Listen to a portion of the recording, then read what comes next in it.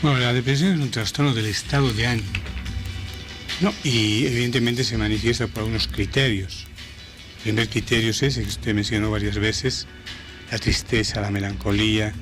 Otro segundo criterio importante es la falta de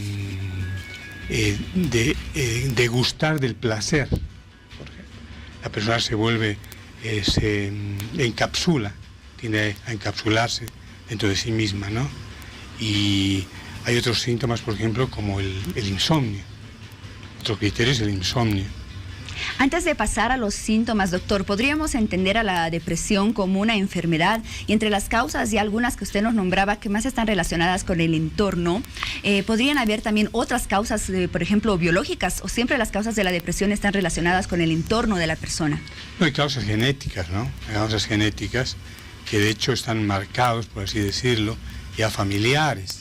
Y una vez que se desencadena en la familia por venir, indudablemente son depresiones muchísimo más fuertes, se dice. En cambio, las depresiones reactivas, por ejemplo, un duelo, la elaboración de un duelo, o, una pérdida, el divorcio, o algún otro tipo de efectos que van a desencadenar la depresión, también pasan a formar parte de este cortejo sintomático, por decirlo de alguna forma, ¿no? Ahora, la depresión se dice que, o se piensa que la depresión solamente viene en una determinada etapa de la vida, y no es así.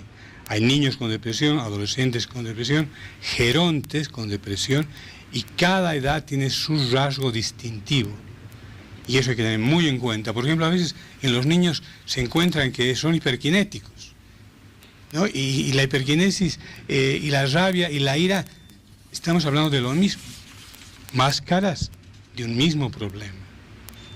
Y no hay que tratar de etiquetarlos de entradas, ¿no? Sino por lo general pasa que en los niños y en los adolescentes se manifiesta de esta forma, con ira, con rabia, con bronca, y bueno, uno podría decir que pasa, es un trastorno de la conducta y no es así. Así es. ¿Existen algunas edades más prevalentes, doctor, en las cuales puede afectar con mayor prevalencia la depresión? Por ejemplo, a las personas de tercera edad, tal vez, que se sienten más solos, que sienten que ya se está acabando la vida para ellos, tal vez a los niños. ¿Cómo va esto?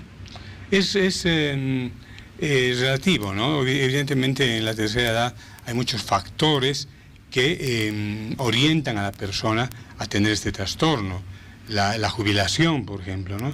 El hecho de que la vida que estaba circunscrita en un trabajo, de la noche a la mañana tiene que dejar el trabajo, ¿no? Y aunque hay mucha gente que se prepara para esto, y eso es lo que hay que hacer.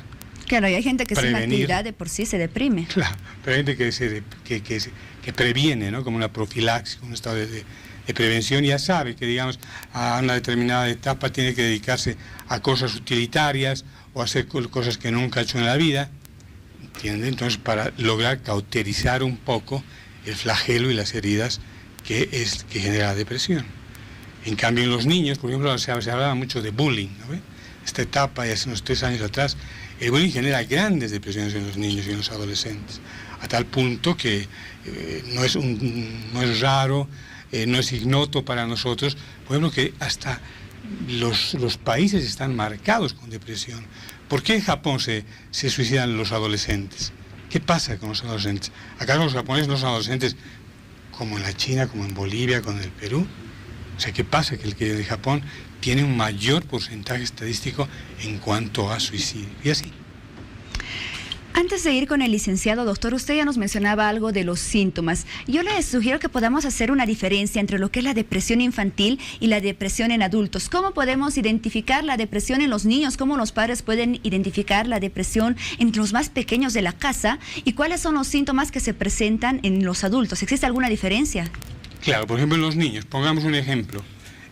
Una ruptura o una separación familiar, una separación de los padres. ¿Qué va a generar en ese niño? Puede generar casos de enuresis, ¿no? O sea, la pérdida de la micción, la pérdida del control esfinteriano, sobre todo el enuresis si es en la orina, o copresis si es en las heces fecales. ¿Y qué tiene que ver con la depresión eso, dirá alguien, ¿no? pero en los niños se manifiesta de esa forma. Lo que habíamos dicho hace unos instantes, la ira, la gran bronca, la agresividad hacia el otro, también es depresión en los niños. La hiperactividad también se puede considerar como un síntoma de depresión infantil. Se confunde, porque también la hiperactividad está sintonizada con la agresividad, ¿no? Entonces, un rasgo de la hiperactividad no siempre, pero es la agresión al otro, la heteroagresividad o la agresión a sí mismo, ¿no? ¿Qué pasa con esos adolescentes que se andan punitivamente cortando con gilets o con elementos metálicos, digamos, las muñecas? Ese es un tipo de autoagresión que comenzó en la depresión. Y como la persona se contiene en agredir al entorno familiar, qué sé yo, colegial, entonces se autoagrede a sí mismo, y es un rasgo también depresivo, la agresión, auto a uno o hetero al otro. Así es.